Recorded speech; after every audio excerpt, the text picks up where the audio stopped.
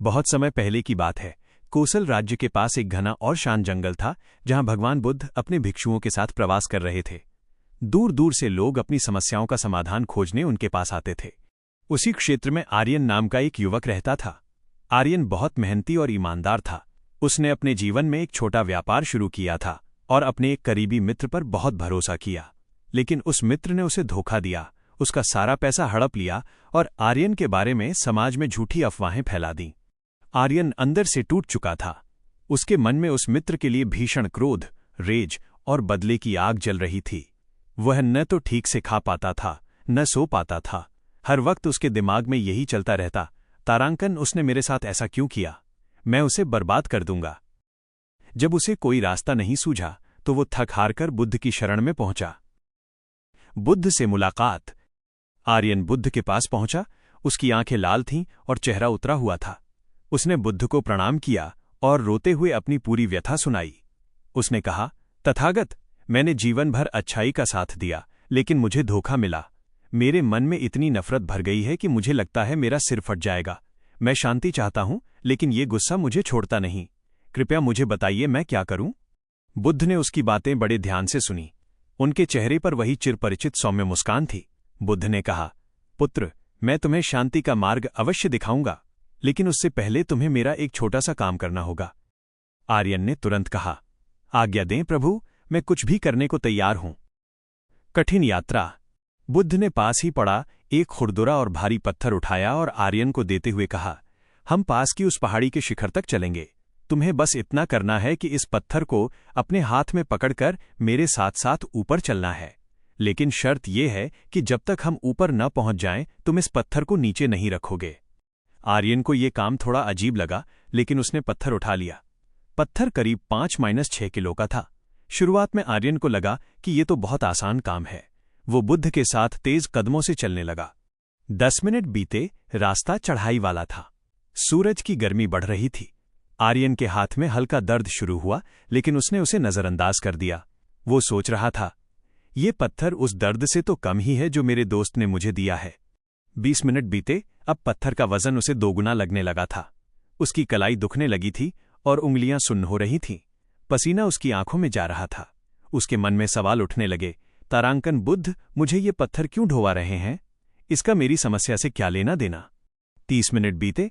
अब आर्यन की हालत खराब हो रही थी। उसका पूरा हाथ कांप रहा था। कंधे का दर्द गर्दन तक पहुंच गया था। उसे लग रहा था कि उसका हाथ शरीर से अलग हो जाएगा। पहाड़ी की चोटी अभी भी थोड़ी दूर थी। आर्यन से रहा नहीं गया। वो दर्द से कराहते हुए रुका और बोला, तथागत, क्षमा करें। अब मुझसे एक कदम भी आगे नहीं चला जा रहा। यह पत्थर बहुत भारी है। मेरा हाथ फटा जा रहा है। क्या मैं इसे फेंक दूं? बुद्ध भी रुके। उन्होंने आर्यन की आंखों में देखा और शांति से कहा, हां पुत्र, अब तुम इसे नीचे गिरा सकते हो। सीख और मुक्ति। जैसे ही आर्यन ने वो भारी पत्थर जमीन पर पटका, उसे एक अद्भुत आनंद की अनुभूति हुई। ऐसा लगा जैसे उसके शरीर से टनों वजन उतर गया हो। वो वहीं जमीन पर बैठ गया और अपने दर्द से भरे हाथ को सहलाने लगा। उसके चेहरे पर राहत की सांस थी। बुद्ध उसके पास बैठे और पूछा, आर्यन, कैसा महसूस हो रहा है? आर्यन ने मुस्कुराते हुए कहा, प्रभु, ऐसा लग रहा है जैसे नया जीवन मिल गया हो। बहुत हल्का महसूस हो रहा है। वो पत्थर तो मेरी जान ले रहा था। बुद्ध ने गंभीर होकर समझाया, आर्यन, जरा सोचो। जब तुमने पत्थर उठाया था तब उसका वजन उतना ही था जितना अभी फेंकते वक्त था। पत्थर का वजन नहीं बढ़ा था, लेकिन तुमने उसे जितनी देर तक पकड़े रखा, वो तुम्हारे लिए उतना ही भारी और कष्टदायक होता गया। बुद्ध ने आगे कहा, यही हाल तुम्हारे मन के बोझ का है। तुम्हारे मित्र ने जो धोखा दिया वो अतीत की घटना थी, बिल्कुल उस पत्थर की तरह।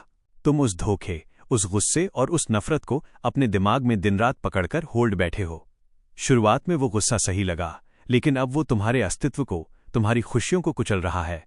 अगर तुम उस नफरत को अभी नहीं छोड़ोगे तो वो तुम्हें जीवन भर के लिए अपंग, पैरालाइज बना देगी, ठीक वैसे ही जैसे इस पत्थर ने तुम्हारे हाथ को कर दिया था। निष्कर्ष। आर्यन सन्न रह गया। उसे अपनी गलती समझ आ गई थी। वो समझ गया कि दोस्त को सजा मिले या न मिले, लेकिन उस गुस्से को पकड़कर वो खुद को सजा दे रहा था। उसने बुद्ध के चरणों में सिर झुकाया और कहा, प्रभु, मैं समझ गया। आज मैंने सिर्फ हाथ का पत्थर नहीं फेंका, बल्कि मन का पत्थर भी यहीं इसी पहाड़ी पर छोड़ दिया। आर्यन जब वापस लौटा तो उसके पास धन तो नहीं था, लेकिन एक ऐसी दौलत थी जो कोई नहीं चुरा सकता था, मानसिक शांति। मित्रों, इस कहानी का सार मॉरल, हमारे जीवन में लोग हमें चोट पहुंचाएंगे, अपमान करेंगे या धोखा देंगे। ये उनके कर्म हैं, लेकिन उस दर्द को हफ्तों, महीनों और सालों तक अपने सीने से लगाकर रखना, ये हमारी चॉइस है। माफ करने का मतलब ये नहीं है कि जो हुआ वो सही था। माफ करने का मतलब है कि आप अब उस बोझ को और नहीं ढोना चाहते। बोझ उतार फेंकिए और आगे बढ़िए।